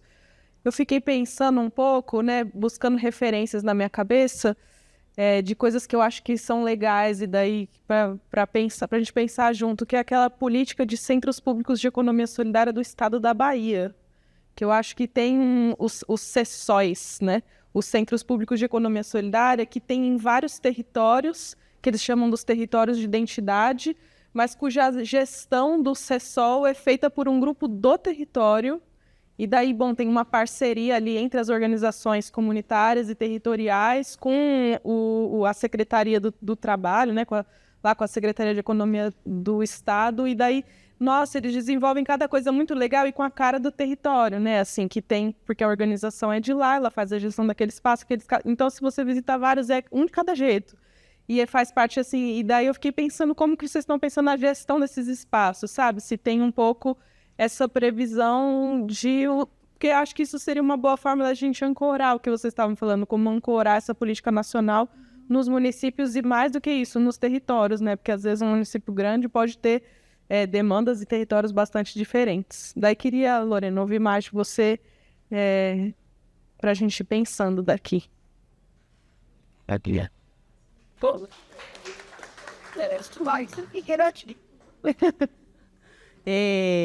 Vamos começar pela Lorena, né? Olha, 5 minutos. Obrigada, Mari. Eu sou fã da Mari, gente. Eu era... Aí, a primeira vez que eu estava na Senaec, que ela chegou, ela sentou numa mesa bem na diagonal, assim, da minha frente. Eu ficava, gente, estou trabalhando no mesmo espaço que a Marilane.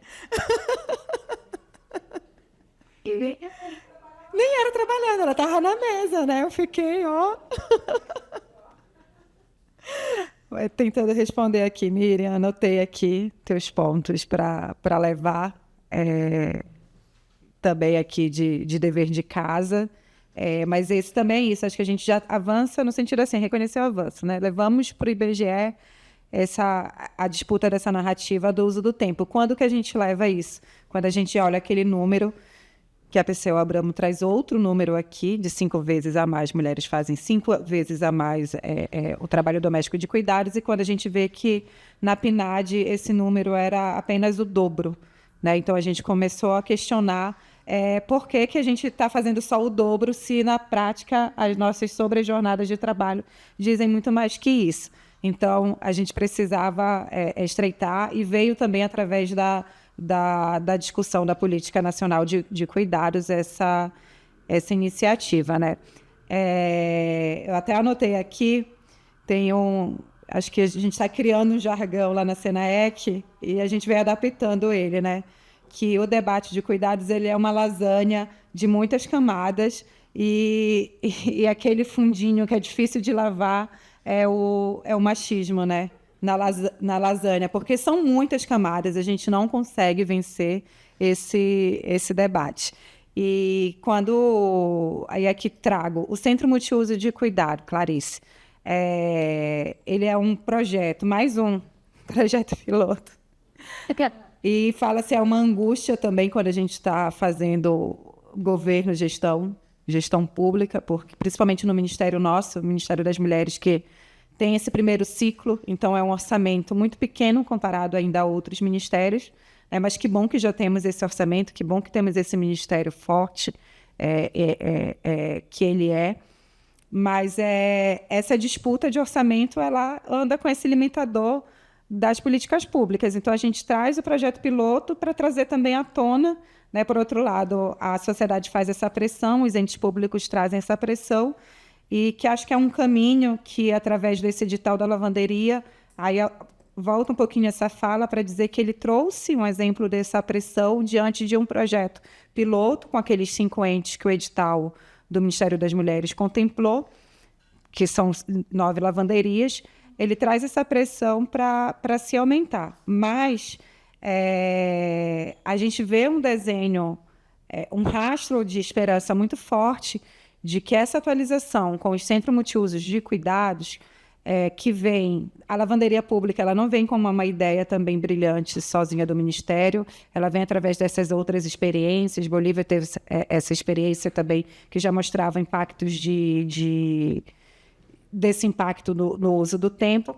O Centro Multiuso de Cuidados, quando a UFG fez o desenho, apresentamos para a ministra Márcia, para a Secretaria Executiva do Ministério das Mulheres, se criou, chegamos nessa necessidade de vamos, então, juntar essa pressão que recebemos de como que eu aplico, se eu conseguir uma emenda, se eu tiver recurso no meu município, enfim, as diversas formas, já que nós ainda não temos esse recurso no Ministério, mas queremos construir que ele ocorra. Vamos fazer um desenho de se replicar esse projeto. E essa forma, esse projeto que nós queremos, em abril, a gente deve estar lançando a maquete digital desse projeto do Centro Multiuso, e no limite de junho, mas eu acredito que em maio, a gente já tenha toda essa tipologia nacional dessa arquitetura, com todos os cálculos de projetos elétricos, hídricos. São centros que prevê também reusos de água para o uso da horta comunitária, por exemplo, através do reuso de água, as plantas biofortificadas. São espaços que vão conter a lavanderia. A ideia é conter o espaço como uma cozinha solidária, a olho do tipo, sala de capacitação, cuidoteca, e ele ser esse espaço de referência para aquela comunidade, território. O que se destaca aí? Qual é esse território? Que acho que é uma fala que a Miriam provocou hoje. Como que esses números tão simpáticos que o governo publica, econômicos, né? Como que eles são tão bons números econômicos, e como que a gente vive realidades tão chocantes quando a gente está nos territórios, quando os movimentos estão lá nas comunidades? É ali que se acentua a desigualdade. Então, esses equipamentos, eles são destinados para esses territórios, e eles vêm compartilhar esses serviços dos domicílios. Ele é um equipamento público que garante essa estrutura, mas... Então, ele tem esses dois resultados muito diretos. O uso do tempo daquelas pessoas, porque quando a gente põe o equipamento, a gente está colocando um convite também, isso tem acontecido, um convite que outros elementos daquele domicílio, outras pessoas daquele domicílio, participem também daquela tarefa. É o que a gente está vendo em Caruaru, quando a gente tem lá em Caruaru a gestão, Bia, é uma gestão que está sendo... A gente precisa acompanhar isso. Caruaru é um grande exemplo, porque a Secretaria de Políticas para as Mulheres está fazendo essa gestão através de um processo de escuta iniciado antes mesmo da inauguração do equipamento. Nossa tarefa no Ministério é fazer esse acompanhamento, aquela pressão que a Regina já conhece ali da Unifesp, que a gente fica... Não vai, se a gente não cumprir esse, a gente não vai conseguir, vai perder recurso, mas deu certo. Do acompanhamento, porque Caruaru, ao mesmo tempo que Caruaru é um exemplo de que deu certo, e a gente já acompanha, o modelo de gestão não está fechado, mas ele tem essa participação também da comunidade.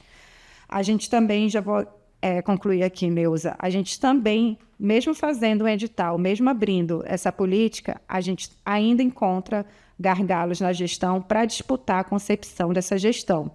um ente aqui seguindo uma ética de trabalho, não vou citar qual, mas a gente teve um problema com um desses entes contemplados muito grandes ali para depois fechar essa concepção, porque no plano de trabalho ajustado, o ente foi colocando depois que essa gestão seria aberta para geração de renda, e não é esse o objetivo no caso da lavanderia. Não queremos gerar renda, a gente quer diminuir, melhorar o uso do tempo, então ele tem que estar contextualizado com a política de cuidados.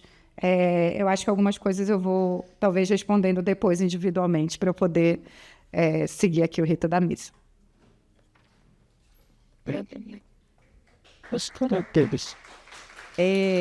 Obrigada, Lorena. Só uma, não é complementando, mas esses modelos de centro multiusos, eles foram elaborados, discutidos e desenhados pelas mulheres do movimento de moradia em Goiás, num acampamento de moradia e numa comunidade quilombola. Então, eles vêm um pouco retratando o trabalho que as mulheres têm nesses espaços que elas estão, e a ideia do projeto era que, desde o início, eles fossem construídos assim, junto com as mulheres. Vilma? A ideia era a construção de novos centros nos territórios.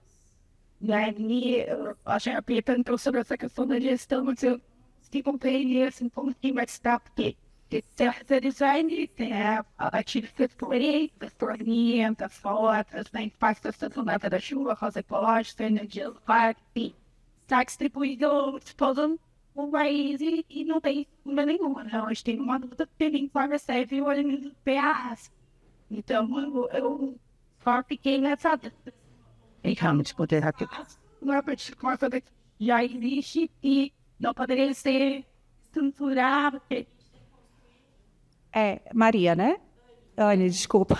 Anne, temos a cozinha separadamente, temos a lavanderia separadamente, alguns centros. A ideia é criar esse desenho, como o Neuza falou, vem desse processo de escuta justamente de territórios que já viveram também essas experiências. Acho que esse é um dado muito importante também destacar. Então, ele vem desenhado nesse processo de participação também de comunidades, no caso, inclusive a urbana, ela vem de área de um assentamento urbano, ali da área da moradia.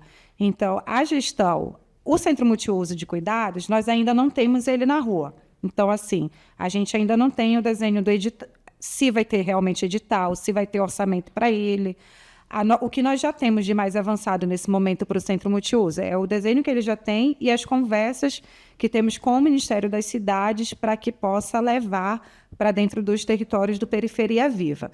A gestão das lavanderias, o edital, a gente prevê o funcionamento ali, um custeio de 1 ano desses equipamentos, mas quando o ente acessa esse edital, ele também tem um compromisso de que aquele equipamento não é temporário, que ele continua depois daquele ano aquela gestão e aquela manutenção. E o nosso trabalho é fazer aquele monitoramento constante para que isso, de fato, ocorra. E como acontece a gestão de funcionamento do dia a dia? O ente é que constrói. E quando a gente libera esse orçamento, a gente fica com um compromisso também de monitorar como é que esse ente vai construir aquele plano de funcionamento. As realidades dos territórios são diferentes também, os compromissos e as concepções. Caruaru foi um exemplo que deu muito certo, então ficamos muito alinhadas ali na construção. O que a gente demandava, sugeria, elas fizeram, e a gente está nessa tarefa também com os outros entes para inaugurar nesse modelo, com um modelo de gestão que esteja alinhado com a política de cuidados, nesse momento. Então, Estado inicial, mas ente público, sociedade, em algum órgão, e as cuidotecas são as instituições de ensino. Ok? Vamos passar para a Vilma. Bom, eu não tenho muito como o que responder ou como colaborar nesse momento, mas aquele velho caso Tostines, né? Por que as mulheres não participam? Porque elas não têm tempo, né? Essa é a principal causa da não participação das mulheres nas organizações sociais, nos movimentos sociais, nos coletivos, né? Isso que a gente apurou na nossa pesquisa. A gente construiu a pesquisa em parceria com o SESC, que tem um longo trabalho, 50 anos de trabalho com idosos, né? E também com um trabalho, sem dúvida, exitoso, né? A gente não pode negar o êxito das políticas que o SESC tem no seu trabalho com idosos. Mas, ainda assim, há muitas dúvidas entre o pessoal que trabalha na equipe de como trabalhar com o idoso, no caso, ou com as pessoas que necessitam de cuidados, sem transformar o SESC num depositório para idosos, né? Porque não é isso que se procura, não é isso que uma política ou qualquer iniciativa que tenha como pretensão o cuidado possa pensar. Então, como tratar esse idoso, como tratar essa pessoa que necessita de cuidado, aqui no caso, sem que seja assim, não é um lugar, uma creche para você deixar o idoso, não é um lugar para você deixar a pessoa lá, mas ela tem que ter recursos ali para que ela se sinta acolhida, que tenha a ver com a sua forma de vida, né? Toda essa relação precisa ser cuidada, né? Para que esse lugar, esses centros de acolhimento de idosos ou de pessoas que necessitam de cuidados, possam ser funcionais e possam ser realmente efetivos, né? Então, acho que são outros dois elementos que a pesquisa traz aí, que o que as mulheres reivindicam não é apenas um lugar para levar a sua criança para ficar, para levar o seu idoso para passar o dia, mas um lugar onde ele seja integrado e seja respeitado, não é o idosinho que vai cantar musiquinha, né? Então, mas que ele seja tratado com dignidade, com a dignidade que essas pessoas têm e precisam ser tratadas. E lamentável essa questão de barrar o acesso aos dados, né? Acho que o que a gente tem de mais interessante no IBGE é justamente essa disponibilidade do dado aberto, que qualquer pesquisador pode acessar, né? Enfim, lamentável. E uma política de sucesso que todo mundo reconhece é o SUS. Eu acho que é um exemplo muito eficaz, né? Que todo mundo tem até porque a gente fez a pesquisa no momento em que o SUS estava muito em evidência, né? Essa questão da pandemia trouxe o SUS à evidência, mas eu acho que a forma de implementação do SUS é um modelo que foi muito efetivo, tem uma aceitabilidade muito boa entre a população. Então, só isso para colaborar com a... Obrigada, Vilma. Renata? Muito rápido. Eu acho que só complementando uma coisa que Clarice falou sobre a participação política, acho que é imprescindível que ela seja coletiva necessariamente, porque às vezes é pensada a participação política da pessoa que acessa a política pública, mas ainda de maneira individualizante, ainda como cidadã, digamos assim, né? Como civil. E aí, inclusive, tendo dificuldade de aceitar essas próprias políticas, entender processos coletivos como processos de participação política. Então, acho que essa participação tem que ser necessariamente coletiva. Muito naquela ideia que Bia compartilhou conosco hoje mais cedo, de comunitário não ser necessariamente coletivo. Então, acho que a palavra do coletivo, essa palavra coletiva, acho que ela é muito importante de ser sempre ressaltada. Acho que uma coisa que Anne falou agora nessa pergunta que ela colocou novamente, acho que tem um pouco a ver com a necessidade e da aposta política que a gente tem como movimento também da parceria público-comunitária, né? Então, acho que ela coloca, acho que tem um pouco a ver com isso, de pensar não só via, entendendo que já existe, em muitos territórios já existem organizações e que precisam ser fortalecidas juntamente com outras iniciativas. Acho que isso, o questionamento dela tem muito a ver com esses acúmulos nossos no movimento. E aí, eu acho que hoje mais cedo a gente falou muito da intergeracional, né? Da ideia de intergeracional na política, pensando na questão do idoso. Eu acho que uma coisa que a gente tem também como experiência de movimento, aqui no nosso movimento, a gente não tem a separação entre mulheres jovens e mulheres mais velhas, né? A gente luta junto, em conjunto, que não tira disso um conflito e um desafio de fazer, mas, ao mesmo tempo, nos coloca uma perspectiva feminista dessa relação, que também não é moralizante. Porque essa ideia, assim, que aí, tanto de tratar o idoso nesse jeito, meio como se não fosse uma pessoa, né? Mas também essa ideia de que o jovem é a sua vez de cuidar, porque você vai também precisar de cuidado, também não acredito que todos são sujeitos políticos, né? Então, acho que como a gente fortalece essa interação intergeracional sem ser na via moralizante, mas pensando o que Tica também trouxe sobre projeto de sociedade. Acho que só também isso que Nizenha falou sobre as mulheres saberem o que querem, acho que também a contribuição da luta feminista além de ter espaço de escuta para as mulheres, a gente aprender a sonhar juntas desejos que a gente nem sabia que a gente poderia ter. Então, acho que essa possibilidade de não só ter no espaço da organização política do movimento feminista a presença das mulheres participando coletivamente e construindo política pública, mas também aprendendo outros desejos que são que nem são apresentados, né? Então, acho que isso aparece muito quando você traz que, quando aparece uma lavanderia, também quero, nem sabia que podia desejar isso, e diante disso quero mais, né?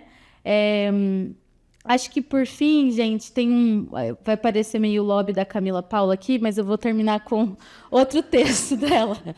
Outro texto dela que tem um pouco a ver com o primeiro, e que envolve o nosso último encontro da Marcha Mundial das Mulheres, que a gente fez lá em Natal, que se chama Um Novo Refrão, o nome desse texto. Então, diz assim: Laís amanheceu o dia cantarolando uma música na sala. Eu não posso mudar o mundo, mas eu balanço o mundo. Bonita canção de Juliana Linhares, cantora e compositora natalense.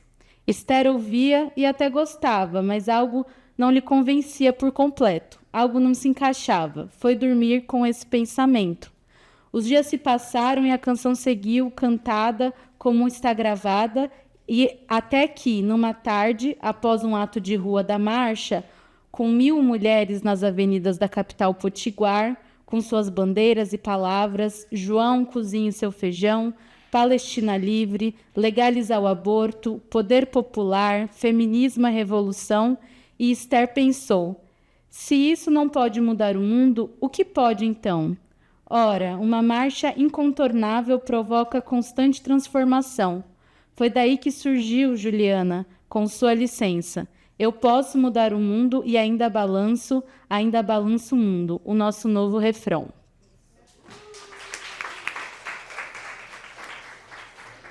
Então, obrigada, Vilma, obrigada, Lorena, obrigada, Renata. Como diz a outra, casadas e esperançosas, cansadas, solteiras e esperançosas, seguiremos em marcha até que todas sejamos livres.